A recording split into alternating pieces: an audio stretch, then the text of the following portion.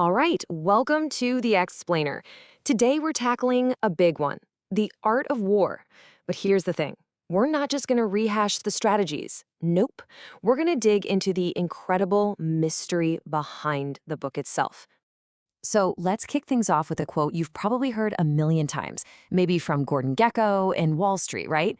Every battle is won before it is fought. This one line just perfectly shows you how deep this ancient book has seeped into our culture. I mean, its influence is just everywhere. You've got MBA students learning its secrets to crush it in the boardroom, and at the same time, you have soldiers on the ground using it to understand modern warfare. From Wall Street to the battlefield, for real. So yeah, this book is an absolute legend. A go-to guide for strategy that's been hooking people for centuries. But, and this is the cool part, the story of the book, it's even more fascinating. It's this incredible puzzle, packed with mysteries and some seriously clever historical detective work. Okay, so before we jump into all that mystery, let's just stop and ask a basic question. Why? What is it about this little book of sayings that has had such a powerful grip on some of the biggest names in history? I mean, just look at this list. It's kind of nuts. You've got Napoleon Bonaparte, Mao Zedong, and then you've got the guy who founded Panasonic. He literally made all his employees read it. Every single one of them was hunting for an edge, some kind of secret weapon, and they all thought they'd find it right here in these pages. All right, so the whole legend really kicks off with one guy, the mastermind general Sun Tzu. And the story of how he burst onto the scene, it's so wild, so dramatic, you just think, wow, that has to be true. But is it really? Okay, so pretty much everything we think we know about Sun Tzu, or Sun Wu, which was probably his actual name, comes from this one guy, a famous historian named Sima Qian. He's writing way back around 100 BC, and he tells this one very specific, very memorable story. So the story goes like this. The king basically says, "Show me what you got." So Sun Tzu rounds up 180 of the king's concubines, puts the king's two absolute favorites in charge as officers, and tries to get them to drill. But they just laugh. They think it's a big joke. He repeats the command, more giggling. That's when Sun Tzu says, okay, if the orders are clear but the soldiers don't obey, it's the officer's fault.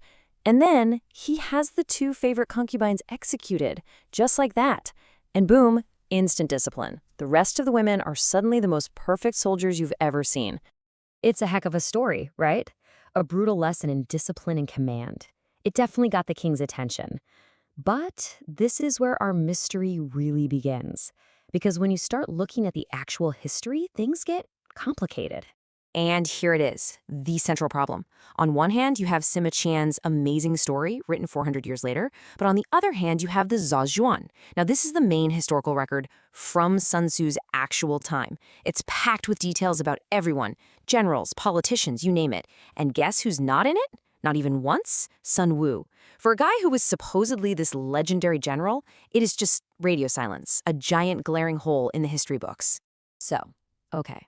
The man himself is a total enigma, but the plot thickens because there's another, even more basic question we need to ask. What even is this thing we call the art of war? This is so important. You have to totally forget the idea of a book like we think of it today. That's not what this was. As the scholar Angus Graham points out, ancient Chinese thinkers didn't just sit down and write books. It was a completely different process. Think of it more like a living document. It wasn't one guy writing a masterpiece. It was more like a collection of greatest hits, sayings, bits of wisdom, cool ideas from lots of different strategic thinkers, all written down on these skinny little bamboo strips. Then they'd tie them together into scrolls. It was a slow buildup of knowledge over time. One scholar has this great phrase for it, a sedimentation of strategic reflections, like layers of rock forming over centuries. Okay, so let's recap. We've got a collection of ancient wisdom, not really a book, written by a guy who might not have even been real. So how in the world are we reading it today? Well, for that, you have to thank the translators. And this is where you can really see how tough their job was. Imagine you're Lionel Giles in 1910. You're not just translating something from 500 BC. No, you're looking at it through layers and layers of history. You've got guys like General Cao Cao adding their own notes and interpretations all the way back in 200 AD. That's 700 years after Sun Tzu's time. It's like a game of historical telephone. And yeah, as you can probably guess, getting this right was not easy. The first few attempts to bring the art of war into English, they were kind of a disaster. And the scholar Lionel Giles, he did not hold back. He took a look at this one translation from 1908 and just tore it apart. He called it excessively bad and said it wasn't just about simple mistakes. It was full of downright blunders that totally twisted the meaning. But Lionel Giles, he was the guy who could finally do it right. He was working at the British Museum and he had the perfect combo. He was a genius with ancient Chinese, and he had this deep, genuine respect for the text and all the Chinese scholars who had studied it before him. He was the one who finally gave us an English version we could actually trust.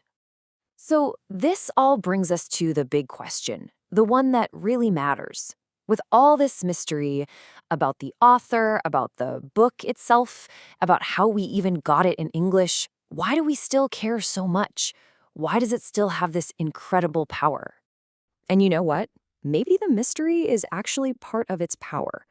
In the end, it almost doesn't matter if it was one guy or 100 guys, whether it was a single genius or the collective wisdom of generations.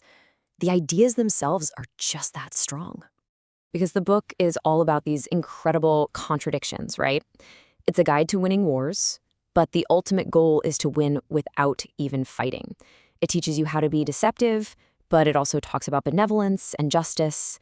It's this wild mix of hardcore statecraft and deep philosophy, which is why people say it's not just a book of war, it's a book of life. I love this quote from a Ming Dynasty writer because it just nails the challenge of reading this book. It's like, emerge from the mud untainted, understand cunning, but do not use it. Basically, the book hands you these powerful, even dangerous tools, and the test is whether you can understand them without letting them corrupt you.